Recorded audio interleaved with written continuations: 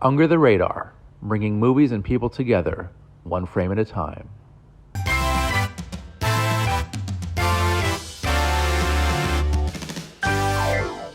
Hey guys, I'm Randy Younger, and this is another episode of Under the Radar, bringing movies and people together, one frame at a time.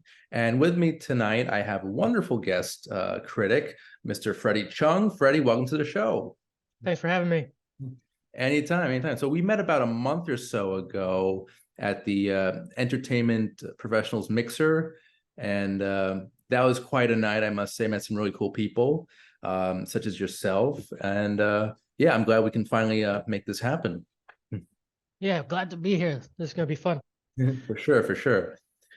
So we have two films to review tonight. One is currently in theaters, and it is the Ridley Scott telling of Napoleon Bonaparte's life, basically. Napoleon, starring the Academy Award-winning actor Joaquin Phoenix. This movie is a historical epic, and it really just focuses on two components of Napoleon's life: his life as a military leader, and also his private life with his wife Josephine. And the film, it's decent. I enjoyed it. I didn't love it. It was rather long, but then again, all movies nowadays are over 2 hours. This was just under 3 hours, I'd say. And I think there is a director's cut also that's going to be 4 hours long. So I guess we got lucky with this runtime. You've got some really great set pieces, great battle scenes, great production design. The costumes are great. So are the sets. You really do feel like you're in the late 1700s. And with Joaquin Phoenix as the star, you really do get a quality film. Ridley Scott is the director, and I'm a huge fan of most of his work. And it was really nice to see him reuniting with Joaquin for this first time, I think, since Gladiator in 2000. Yeah. But Mr. Chung, what were your thoughts of Napoleon? I I I hate is a strong word. I don't hate it, but Oh wow. but it was like I thought it was a huge letdown, to be Okay. perfectly honest. Like I went in thinking it was gonna be, focused on Napoleon the man, but really it came out to be it felt like it was Napoleon the whiner. You know, like I felt like he whined his way to the top in the movie. It made it seem like he was just this buffoon. Okay. I felt like the movie made him the villain of his own story, really. Interesting. Yeah, and I really didn't like how the focus seemed to be on his relationship with Josephine, Mhm. which, don't get me wrong, was a very important part of his life and all. But like, I felt like everything in that movie made it seem like his life revolved around Yeah.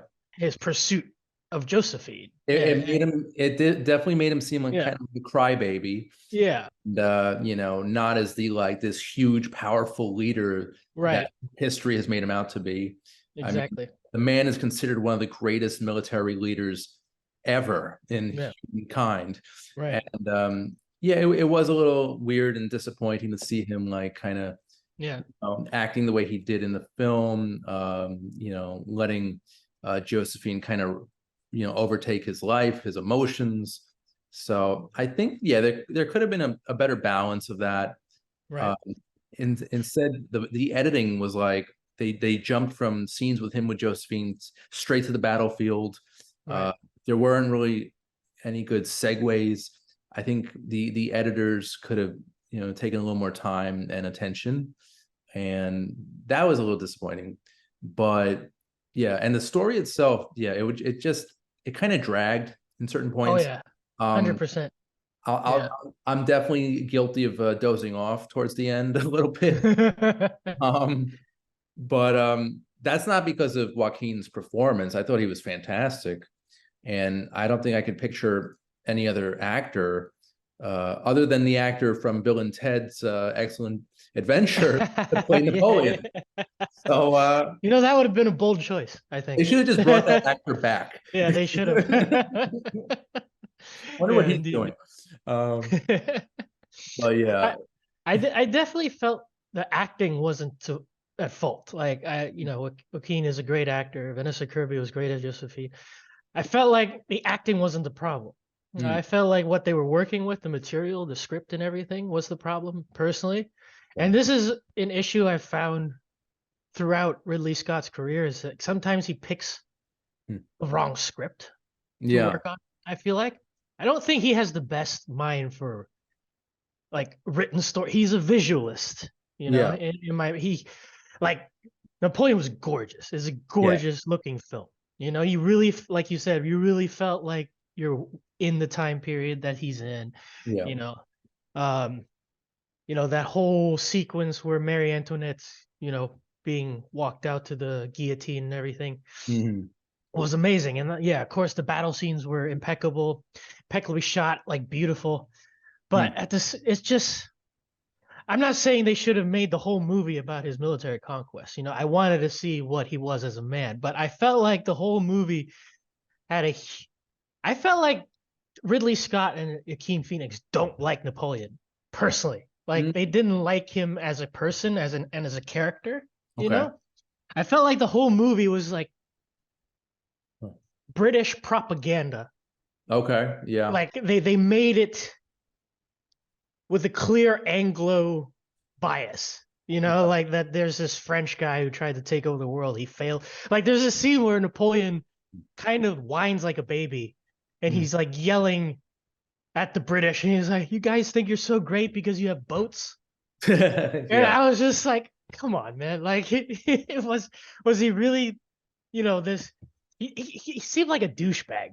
throughout the whole thing. Oh You yeah. know what I mean? Like they made it seem like he just had no redeeming qualities whatsoever, Right. and that he, Mm. like I said, he is like the villain of his own story, which Right. is what leading up to 1492, what we're going to talk about later. I felt like they turned Christopher Columbus into this great hero, Yeah. in which Which is they kind of yeah, flipped it. yeah, exactly. Not that Napoleon was this saint or he like yeah, Right. obviously he was this conqueror, he did bad things, he killed lots of people, Yeah. but he wasn't, I don't know, he wasn't like the tyrant that he was a very complex character, like Right.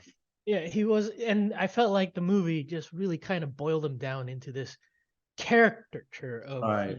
I of mean, this is a real life guy who yeah, really made a huge impact in the world. yeah, And I agree with you. I feel Ridley Scott kind of kind of let us down a bit with this movie. I mean, mhm, again, beautiful film, expensive film, great to look at, really high, production value, but the story and the script somewhat lacking. It kind of took me out of it here and there. yeah, I wasn't as invested, and I'm a big critic of movie runtimes nowadays, and I feel like this movie clocking in, I think it was like what 2 hours 40 minutes. It could have easily been told in 2 hours flat, maybe even right. less. And it's It, just a shame that. I actually disagree with that. I think it Okay. could have been longer, but not as a film. I think maybe it would have done better as a series. I like that. Yeah, because like this guy lived a huge life. It Right. was just like, from the time he took over the French government and everything, became emperor. Like Hmm. that's in the movie. It just skips giant stretches of time. Right, right. Like where a lot of things happen. Yeah. And it's just like, oh, he had to argue with Josephine. Okay, let's skip a year or two ahead after that argument. I know. There's one Again, battle, I you know. I I blame the editors on that Yeah, one. But 100%. that's a very interesting point you made about Yeah, it being a series, because yeah, yeah, story, this man, it's a very episodic life, yeah, and told in segments. And this movie, it was kind of all over the place. It was like one scene you have him fighting with Josephine, and then like cut to a battle scene. Like it just it needed tightening, and that's like I think that's my biggest criticism Yeah. is the editors. Oh, But totally agreed. Totally agreed. know, I think yeah, it was the right combination of the writing and the editing was off for me, and I just feel like the writer focused on the wrong thing. You know, mm, I think yeah, the like I said, it's important to explore his relationship with Josephine and everything. right. But you know, I think it would have been a lot more interesting if they maybe focused on his relationship with his marshals. You know, he had 26 marshals that he Mm. served with, right? Like, and you know, I was rewatching Black Hawk Down, which Oh, is a great freaking movie, right? really good, really good. And that whole movie is about, you know, like the comradeship, you know, camaraderie Mhm. with like, you know, the soldiers and, you know, their brothers in arms. And I felt like it was a missed opportunity where, you know, like all these huge characters from history just got like they got cameos, you know, Yeah, these little cameos, you know. yeah. And you know, they focused on basically Napoleon getting cuckolded by Mm. Josephine and how it was a turbulent relationship. And the movie, it stopped being an historical epic for me, and it just became this kind of almost melodramatic focus about this abusive relationship, Yeah, basically abusive relationship he has with his wife, yeah, and you know the power dynamics there. Not that it isn't interesting, but I don't think right. he had a lot more interesting things in his life than just his relationships. I know. And they didn't focus on that stuff. They just focus on the Mm. battle sequences and the relationship. Because Right. what sells better than sex and war? So, those are Yeah. in a movie, that's what people they come to see. So, Right. um, Yeah. I would have liked to have seen more scenes and interactions among the government officials. Uh-huh. I thought that was some interesting stuff. It kind of reminded me of like Lincoln, Steven Spielberg, Right. a Yeah. little bit like Yeah. that. Yeah. Yeah. I thought it was pretty good stuff. Mhm. But after a while, the stuff with Josephine, it got me kind of bored. Oh yeah. Me too. Um, Me too. even the battle scenes were a little like over the top. Yeah. Kind of reminded me of Gladiator, but Gladiator at least that was a better film, I'd say. Oh, 100%. you Yeah. know.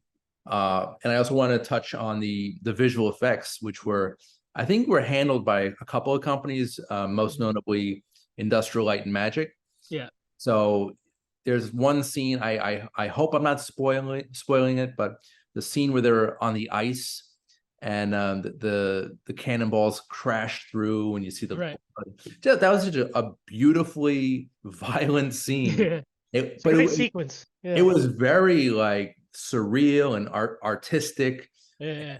That was like where I think Ridley Scott's signature style really shines through. So I was really happy to see that. Yeah. You know, No, you saw flourishes of that. You know, you yeah, saw, you know, bits where Ridley Scott really shines right. doing his epic battle scenes, which Mhm. no one in the industry can really do like him. You know, Yeah, like that's one thing that he's really good at. And, I felt like there wasn't enough of that. yeah. And, it wasn't quite as bad as House of Gucci in terms of not, not a fan, huh? Okay. No, I Um, hated House of Gucci. That was terrible. But well, I'll tell you, the action sequences in this Mm. were basically an extension of the last duel, in my opinion. Right. It really Yeah. felt very similar to that, Mhm. Yeah. which was, I think, Ridley Scott's last really good film, Mhm. which came out a couple of years ago. Yeah. Uh, but yeah, Napoleon, it's frustrating because I love Scott and I love Phoenix, and I Mhm. wanted this to be like the best movie or at least the top three. It didn't Right. quite make it. It did make my list, I think. Mhm. I'm considering it for my top 10, just for the production Wow. value alone. Yeah. Yeah. And there's still a bunch of movies I haven't seen yet before we Yeah. do our end of the year lists. But I think there's a lot of good things about Napoleon, and then again, a lot of bad things. But I think that the good outweighs the bad. What do you think, Freddie? I think the bad outweighs the good in this one. For me, I think it was a huge miss. I'm looking forward to the director's cut though, Mm-hmm, because like something similar happened with Kingdom of Heaven, mm-hmm. which is a great film, but like the theatrical cut sucks. Okay. where where all these like little storylines that fleshed it out got cut because of studio interference. But Mm, this time, I feel like he kind of shot him. I think Ridley Scott was the one who kind of came in and said, "Let's focus mm, on what we focus on with Josephine and everything this time around." I don't think the studio really kind of interfered as much this time. mm. I think Ridley Scott just wanted to make a movie that would sell, and it was like a hard sell for Napoleon because let's admit it, most people aren't into that era of history. Yeah. It's a very dry era. Right. It's like Mm, Kingdom of Heaven, you got like the medieval aspect of it, which people are always kind of into. You got knights, sure. and stuff. But like, people marching in a line, getting shot in a row, and then the wigs and all that. People just aren't as, and it's like, I don't Yeah. know. There's a lack of interest in that era of history, which Okay. I think Ridley Scott kind of realized and thought, oh, okay, I'll make this a relationship film, you know, Yeah. with the backdrop being the historical stuff happening, I right? know. Yeah. Yeah, yeah, Again, it's that mix that it doesn't really quite gel. right. Individual scenes are fantastic, but I guess as a film overall, it's a little average. Yeah, Um, I and agree. that brings us to our next review, 1492, Conquest of Paradise, which Yes. came out in 1992, also Right. directed by Scott. And this historical epic focuses on the voyages of Christopher Columbus. And I should have mentioned this before, but with Napoleon, we did get a couple of historical inaccuracies. Oh, And tons. yeah, yeah, Tons. and that kind of transferred over from 1492, which also had a lot of inaccuracies, basically painting Columbus as a hero and like a like royalty almost. Right. Um, I rewatched the film the other day. Well, last night I finished it, watched it in segments, but I really enjoy. I liked it. I actually I didn't like it as much as Napoleon, but I definitely enjoyed it. I Mm. thought Gerard Depardieu as Columbus was pretty good. Hmm. Not not the biggest Depardieu fan. I remember him from movies like Bogus and Green Card, Right. Yeah, My yeah. Father the Hero, Yes. among other stuff. He's a renowned French actor. Right. I thought he was pretty decent as Columbus. Just the painting of him as a hero, because we all know that he basically exploited and murdered all these indigenous people, and Right. that kind of gets overlooked. But I understand that again, Ridley Scott, like you said, he wanted to sell movie tickets, and he actually didn't with 1492. It was Yeah. Did kind of it a bomb? bomb. It did pretty much bomb, yeah. Yeah. Yeah, and it was very expensive. Again, the Right. production value was very high with that. You could just tell it's an expensive film just by looking at Right. it. Yes. I remember there was a trailer back in 1991, 92 with Columbus's, he's like stepping through the water and reaching the land, and he kneels down and like, he's like in awe of his new world. um well, I'm sorry, Freddie, you take it away for a minute. What did you think of 1492? Better than Napoleon? As a film, Hmm. the first time I saw it, it was a while ago. So like Yeah. I'm kind of pulling it back from memory. But like the first time I saw it before I knew how big of an evil person Christopher Columbus was, Mm, I thought it was a decent movie. yeah. It was like it's actually my favorite part of that movie is the soundtrack by Evangelist. Who Yes. also did Blade Runner. He's one of the Yes. best composers. And won the Oscar for Chariots of Fire. Right, right, right. It's just when I heard it, I was like, wow, this is just like the soundtrack really spoke to me. Right. And I don't like to judge historical films for the historical inaccuracies because like as a filmmaker myself, I know you can't make unless you're making a documentary, right? I don't think historical films should be 100% accurate. Hmm.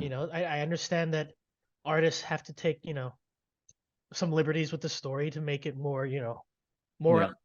like a film, right? But Mhm. then, you know, I think with the case of 1492, it's just too much of a.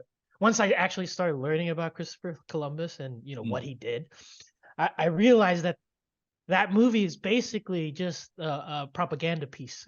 Another For one. Yeah. yeah, yeah, yeah. Like it's just Ridley Scott. He's said multiple times he doesn't give a history, Yeah. right? Yeah, I think he got mad at a journalist recently for calling him out on the historical inaccuracies for Napoleon, and I think he literally told him to shut the and said, "Continue." He's like, "Shut the up! I don't care. Continue." You know, and I respect that. He's a true Right, artist and he defends his work, you know. right. But He- like to me, 1492, Hmm. it's like if you did a movie about some serial killer, Right. right, and made him out to be it's just some misunderstood guy, like that's it's too far a leap. I Right. feel like with 1492 being painting this mass genocider as some great guy So who maybe the fault lies with Scott and his decision making. yes, Picking the wrong projects, I guess. right. Um, he should just stick to fictional stuff like Gladiator. I think that was a fictional story. It's But well, it's got real people in it, like Commodus Keen's yeah. character was a real person. So was his father, Marcus Aurelius, right? Okay. Yeah. That was a real emperor. So there, But it was. like, Yeah. yeah, but it happened so long ago, and our records from that era is so sparse. We don't. Right. There's plenty of room where you can make stuff up and like not get called out for it because we don't really know the in-depth history of the Roman Empire back then because like we know like the broad strokes, but we don't know really what happened, right? Because all the records are lost and everything. But we have written records about Uh, of Christopher Columbus and what he did. right. And like he wiped out an entire island's population, right? Millions of people. And the movie kind of makes it seem like he's like this unwilling participant, Mhm. which I always thought was kind of weird once I actually read up on what he did. And on top of that, there's like these other things where, they in 1492 they mention how Christopher Columbus was like the first person to think that the world was round. Yeah. No, like people knew the world was round for a long time. Right. If you were educated back then, Right. Right. you knew the world was round, right? But it made the case that he was some revolutionary that was he had a visionary you know idea that the world is round and we can get to Asia. He wasn't. He was just a guy who was willing to sail west, Right. and he got the investment to do so. And then when he finally did get over there, he was absolutely brutal about it, right? I mean, And it's heartbreaking that filmmakers go to such lengths to just kind of rewrite history. It's just yeah, unfortunate. And I think if 1492 had a different title and they changed the names around, it would have been a really more of an impactful film mhm, instead of what we have, which is kind of a retelling or a fabrication of real events. right. you know? Yeah, I think Ridley Scott just doesn't care Yeah, about probably, yeah. historical authenticity, which is whatever, fine. That's cool. Sometimes it works for him, sometimes it doesn't. I Right. think for 1492 it didn't work. Um, but I have to rewatch it. I think I have to give it like a non-biased viewing and just view it as a film. Yeah. But that being said, a great film that does, I feel, address the Spanish atrocities in the New World and everything is. Have Mhm. you seen The Mission with No, Robert this, De Niro yeah, De Niro, and and Jeremy? the Uh, score is by Ennio Morricone. yes, yes, Okay. I know the music. I've never yeah. seen, but you recommend that over 1492? Yes, it's basically De Niro as he's a conquistador basically. Okay. During that time, and he tries to repent for all the terrible things he's not only to the indigenous folk, but like also what he commits a lot of sins and like at the beginning of the movie, and he ends up joining the Jesuits, I think, and like he ends up fighting for the indigenous people in that movie, and it's a far more accurate depiction of what actually went down, Wow. during that era of the conquistadors and the discovering of the new world, and how they basically exploited all these people. Yeah. And Would you say it was a more honest look at that it time was period? more honest, and I think just a better film. Honestly, Yeah. it's like generally speaking, I think it's just a better film, and it's got a great soundtrack, Yeah. and great actors in it, and a lot more heartfelt, in my opinion, Okay. than I'm gonna check it out now. I'm gonna add that to the yeah. list for sure. It's a great Uh, film.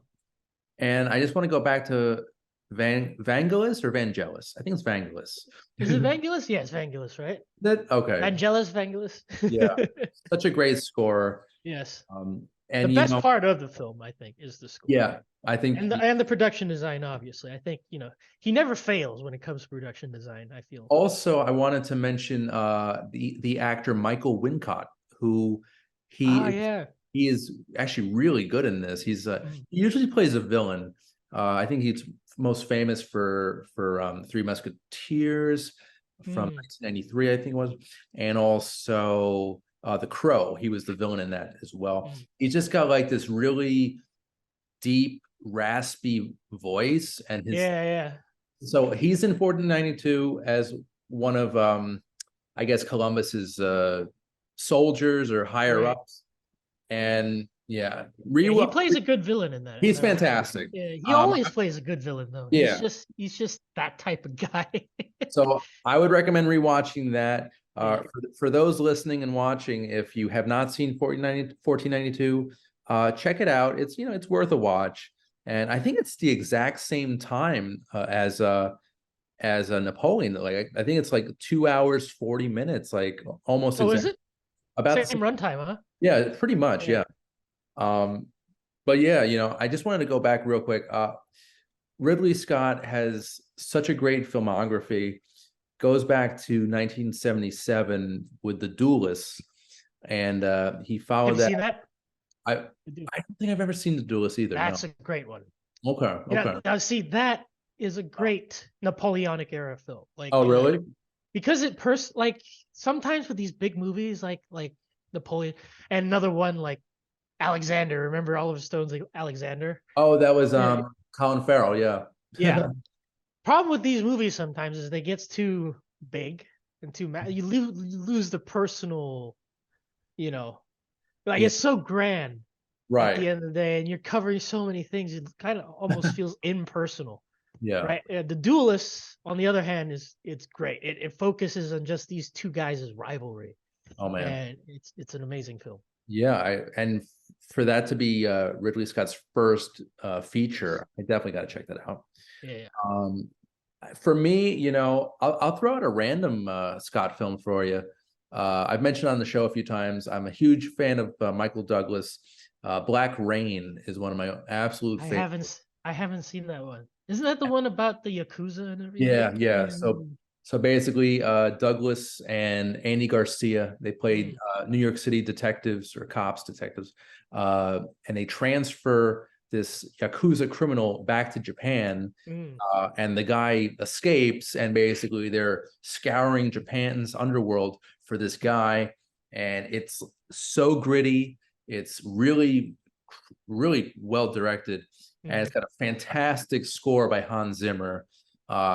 As you know, I think, Freddie, as you've noticed, I am a film score enthusiast. Yes. But yeah, actually, most of Scott's films have had really good scores. Oh yeah. No. I think sometimes those are the best parts of his films. Like, Yeah. the composers, he just gives them such great, just epic imagery to Right. make music to, and he never fails in that score. He always comes up with these. He has great collaborations with composers. And it's not just Hans Zimmer, who he's worked with numerous times. He actually did a movie in 1985 called Legend, which was an early Tom Cruise fantasy epic, and that one was scored by Jerry Goldsmith. Oh wow! Yeah, but I haven't seen that one. Oh, it's a strange one. Be prepared. Yeah. Okay. but with Legend, they originally had it scored by Tangerine Dream. No, Originally, it was scored by Jerry Goldsmith, but he was replaced by Tangerine Dream. Oh So wow. they felt that that would give it more of a more broad appeal, Uh, like younger audiences. right. But the Jerry Goldsmith score is gorgeous, and it was released like 20 years later in a special edition CD. And yeah, that's just a beautiful Mm. score. I'm looking at, Imagine firing Jerry Goldsmith. oh my gosh, You know, what an what an insult! Like, I come on, know. craziness, great. You know, the funny story about that. Actually, Goldsmith scored this really bad movie from 2003 called Timeline.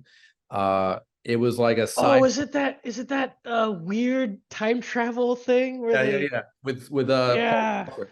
Um, Jerry yeah. Jerry Goldsmith was hired to do the score, Uh, but then like at the last minute they replaced him with, oh, I forget who it was. I think it was Brian Tyler, mm. and that ended up being Jerry Goldsmith's absolute last score. Oh wow. So what an insult, you I know. know. It's such Especially for a movie like Timeline. yeah, yeah. I mean, but hey, Goldsmith has scored worse films. I mean, He has. Mom and Dad Save the World. I mean, come on. Yeah, but yeah, man, I love a good score, and Yes.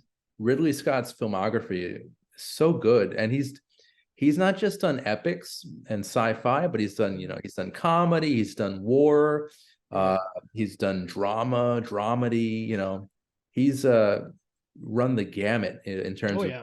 genres. So so good, so good. So Freddie, we have a few minutes left. Just wanted to see anything you want to plug tonight? Any projects you're working on? Anything you're working on? I'm working on a couple that they're in post production right now. I'm working on the title, so I don't have a title yet. Like we're Okay. trying to change the title, but my last short, which won a couple awards here in New York, actually, is called The Body of Levi, Okay. and I'll send you the link for it. You can Yeah. post it up. But it's a short film about religious cult, a faith healing cult in Idaho, Okay. and it's about this kid basically witnessing um a faith healing gone wrong Okay. Oh wow. in suburban Idaho. Yeah, Oh wow. That sounds kind of heavy. it Uh, is. It is. I can imagine Ridley Scott producing. It's got a killer score. I think you'll Oh like yeah. it. Okay. I'm excited about it. That's cool, man. Yeah, I'll send it to you. Yeah. Cool. Cool. Yeah. All right. And by the way, would you consider Scott an influence on your work? Oh yeah, I mean, like one of my favorite films is Blade Runner. Like I think Blade Runner is like his magnum opus. Mhm. Personally, I think it's one of the greatest sci-fi films ever made. And Yeah. yeah, I definitely think I don't know.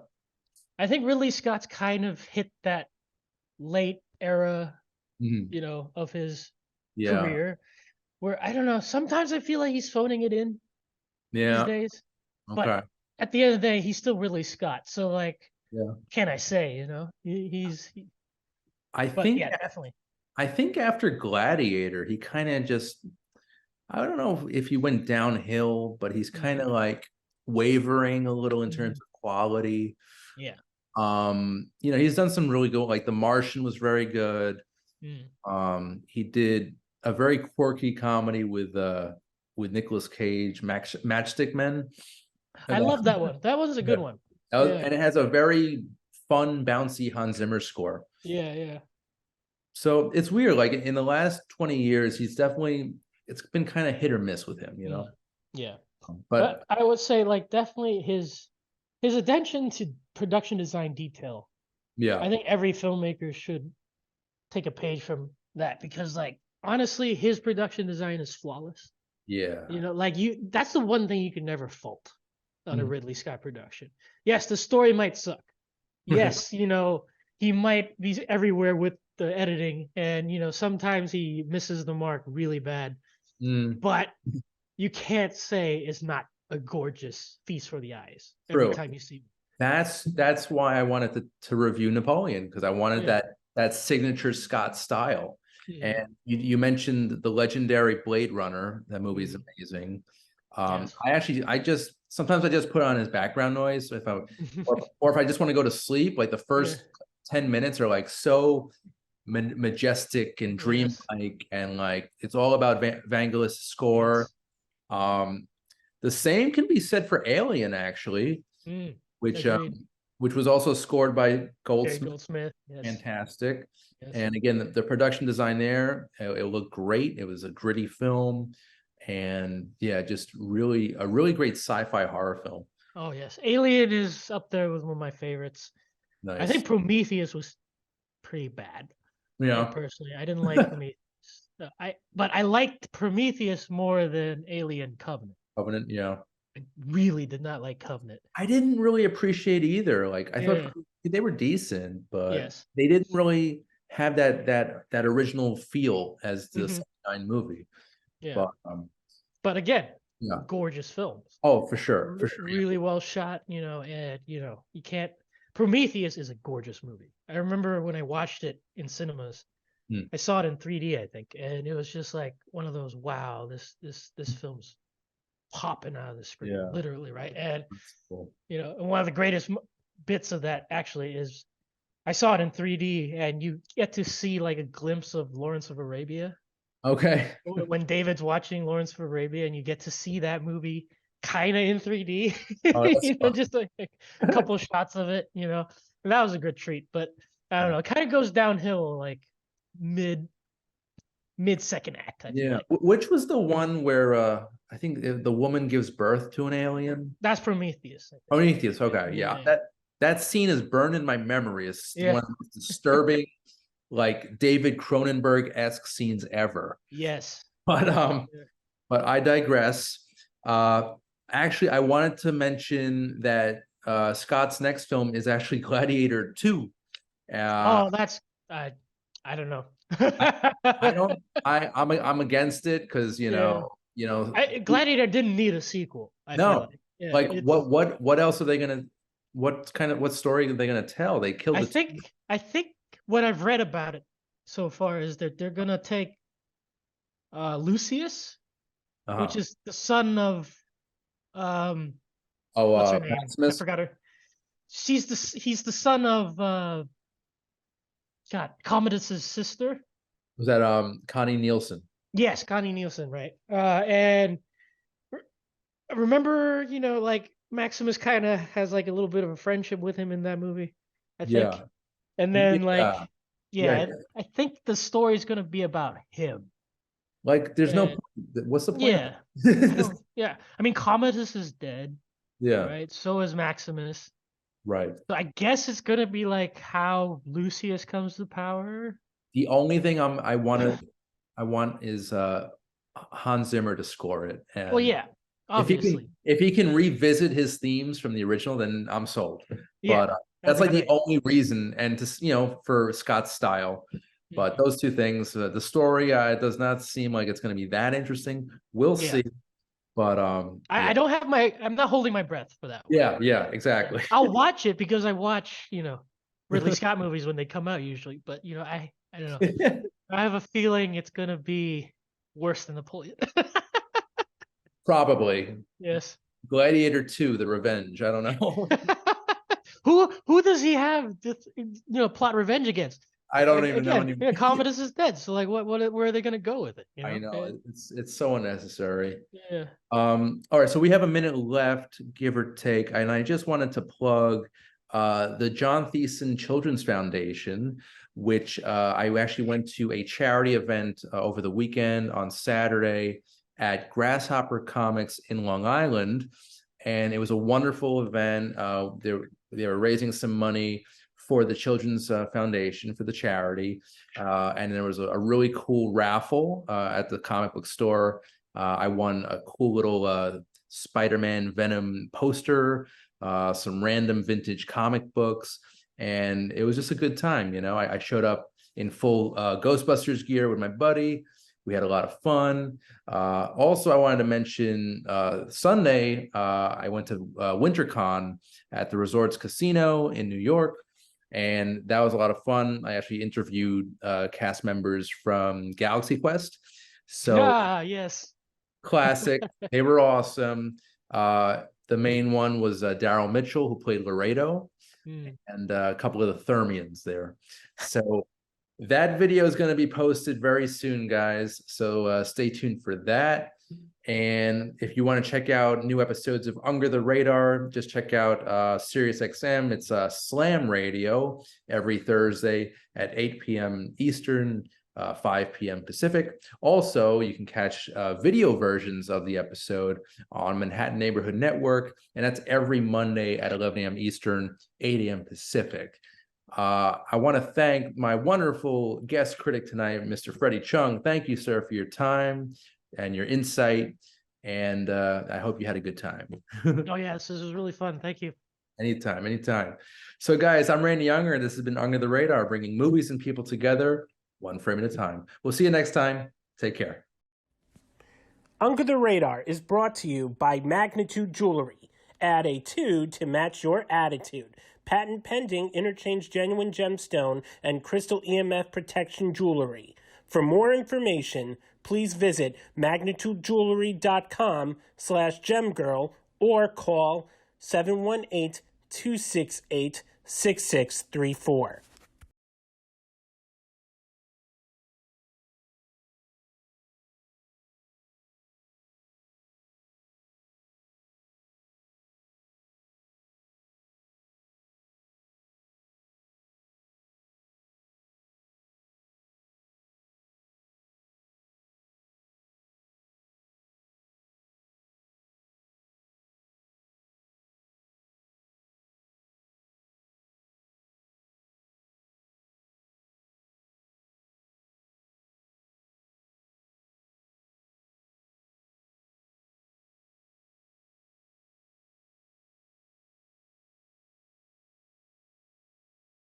Randy Younger, and it's a very special edition of Under the Radar, bringing movies and people together one frame at a time.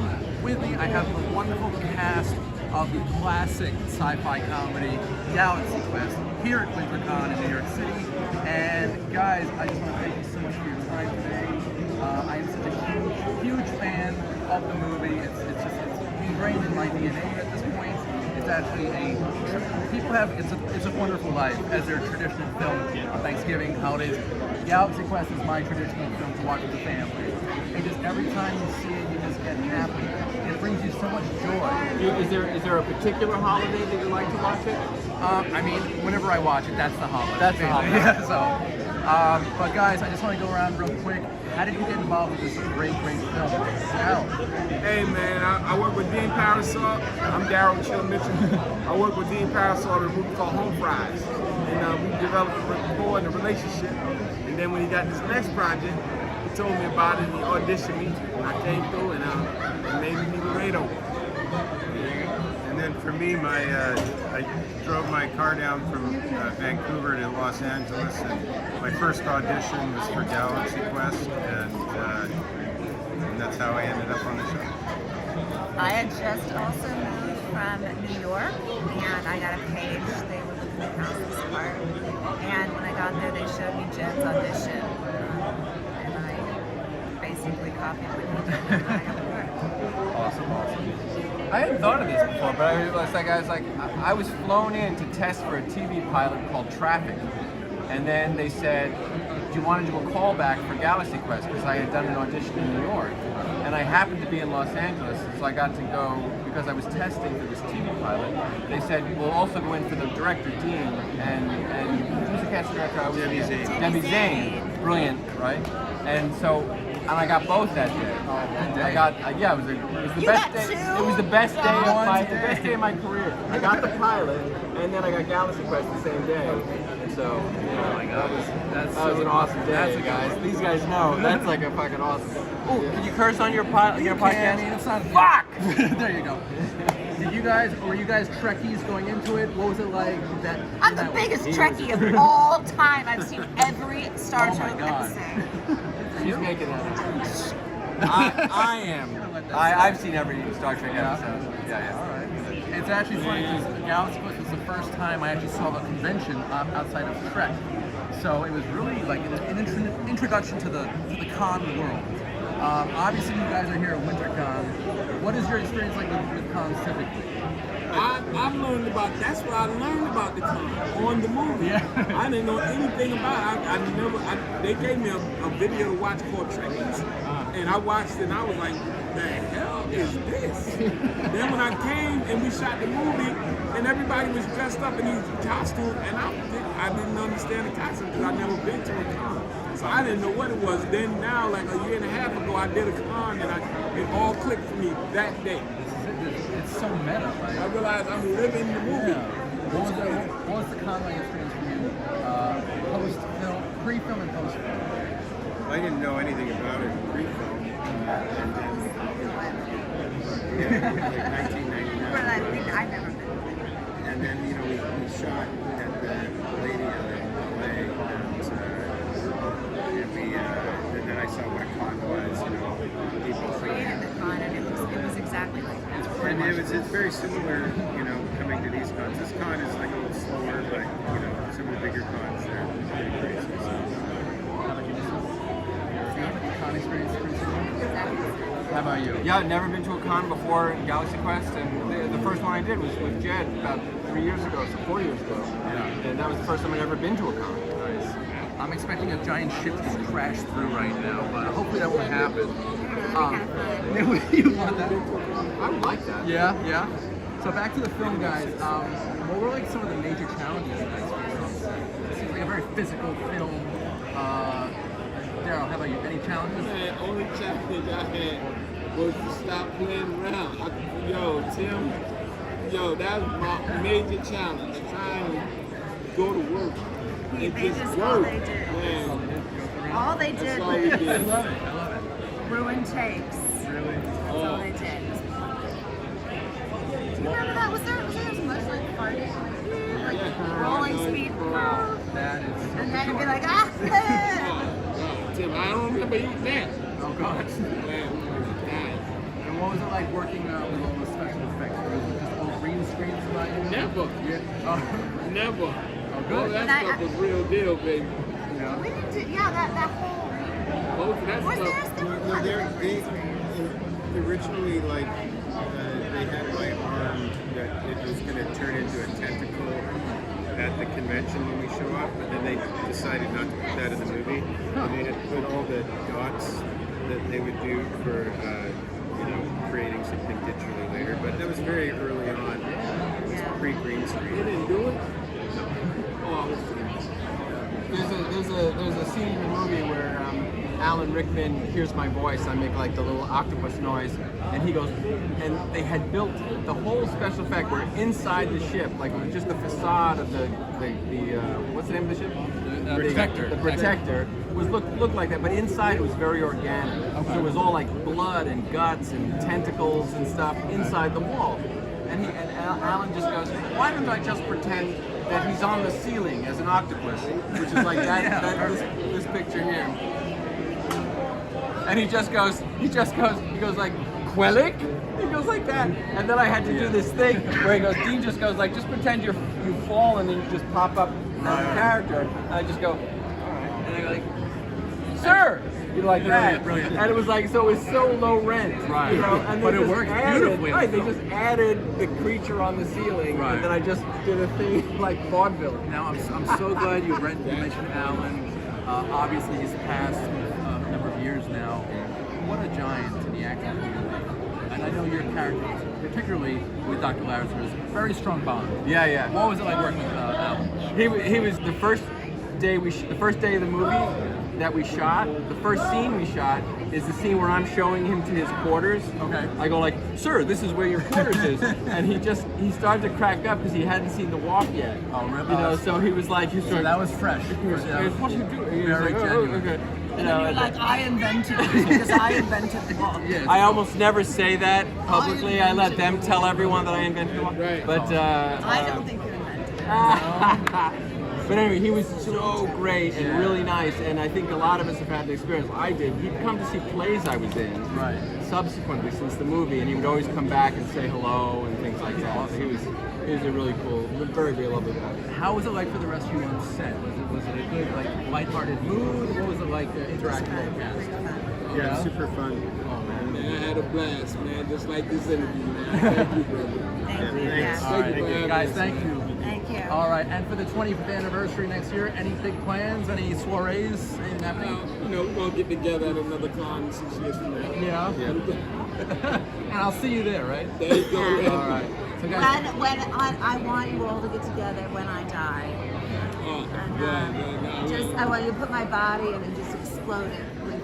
And Shoot into space. It's like yes. And then I want you to party. guys, I want to thank you so much for your time today. Great con, great movie, great legacy. So thank you so much. I'm Randy Younger. This has been Under the Radar, bringing movies and people together, one frame at a time. One frame.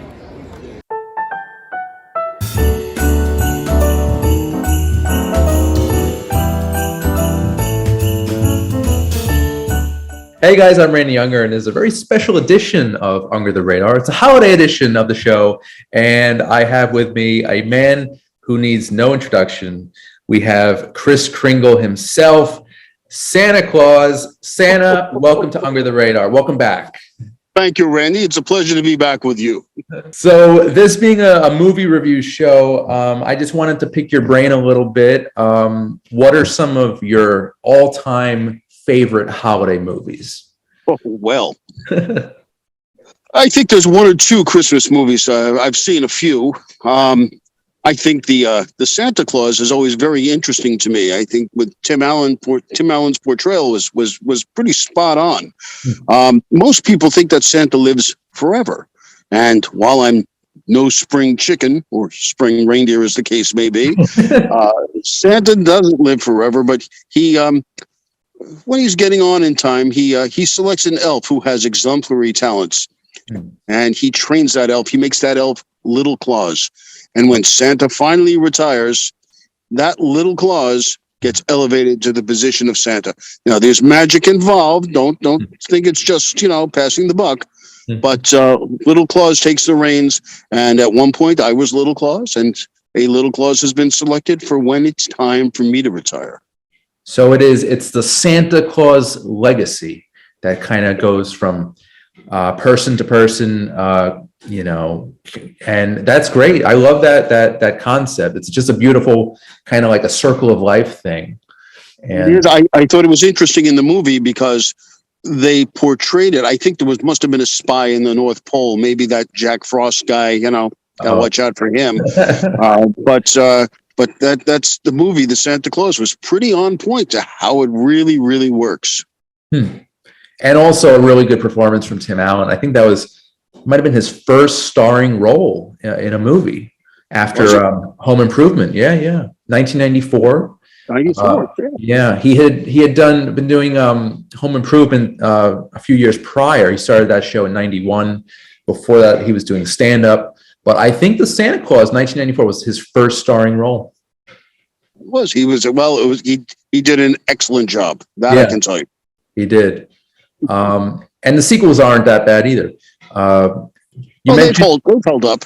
Yeah, you mentioned Jack Frost, and I really loved him when he was played by Martin Short. I think. Anything Martin Short does is fine by me. He's a genius. Agreed. So the Santa Claus, that's a great one out of the gate. I'll say for me, my all-time favorite has got to be Bill Murray in Scrooged. I love Scrooge. 1988. He had actually taken a break from acting after Ghostbusters and Razor's Edge in 1984, both films in 1984. He took like a 4-year hiatus. And then I guess he liked the script to Scrooged, and then he just returned to acting, and we're all grateful for that. But, yes, absolutely. That's a great film because it's a modern retelling of Charles Dickens' immortal classic, A Christmas Carol. Right. Obviously, you probably know pretty much all of the incarnations of that story. But one of my absolute favorite incarnation of that dates back to 1962, I think it is.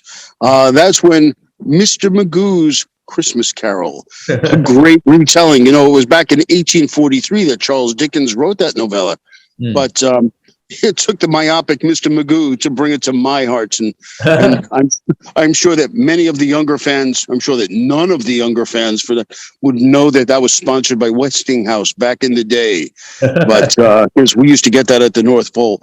But I have to tell you that Mr. Magoo, Magoo, you've done it again. It was fantastic. He was voiced by the millionaire from Gilligan's Island, right? That's right, Jim Backus. Classic. It's amazing the trivia that we both know. I know. Useless information, but absolutely, we have fun with it. And so another, it's been debated whether it's a Christmas movie or simply a movie set during Christmas. I know exactly what you're going to say. Go ahead. We've got John McTiernan's classic action film Die Hard, also 1988. We discussed Die Hard a couple of weeks back, and we still really don't know. We don't have a definitive answer whether it's a Christmas movie or just simply set in Christmas. I like to think that it's a Christmas movie. It's a lot of fun. There's a lot of holiday references. Obviously, it's a holiday party that the terrorists come and crash. So I'm curious, real quick, what are your thoughts on Die Hard as a Christmas movie? I too think of it as a Christmas movie, although I know in Japanese culture they celebrate New Year's much more than they celebrate Christmas. Okay. So technically it could have been a holiday party, but for the people not in Japan, it's a Christmas movie. I don't care what he says. And it's one of the greatest action films of all time. So you have the holiday cheer and you have the great action sequences. Those two things alone, and plus the cast is fantastic. Bruce Willis's breakout role, Bonnie Bedelia, Alan Rickman, Reginald L. Johnson. I don't know if you know this, but when Rickman did that fall, that look of surprise on his face, real. It's real because they were going to count to 3, but they dropped him on 2. I know, I love it. The look of fear is totally genuine. All right, Santa. So, what are some of the other films that have made your list? Well, of course, there's the classic, the Christmas Story, because everybody knows about the Red Ryder BB gun and Double Dog Dare You and licking the frozen pole. Not always one of my favorites, but you can't get away from that leg lamp. And remember, it came from Italy because it was fragile. Fragile. Yes, that lamp was legendary, and I think you could buy it now on the internet. I'm pretty sure. Yes, I think I personally would pass. Mrs. Claus would probably have a fit, right. But I think one of my favorites is sort of an off-kilter movie was the 2000, I think it was, when Opie Taylor. Ron Howard. That's his name. Ron Howard, when he did his rendition of How the Grinch Stole Christmas. Oh yeah, that's an interesting film. Jim Carrey in great makeup and costume, by the way. Absolutely, it's a weird thing because that wasn't his real face. I mean, maybe he's that good. No, that movie was so odd. It was because typically you see a Dr. Seuss story in animation form. It's rare that you kind of see it in a live action format.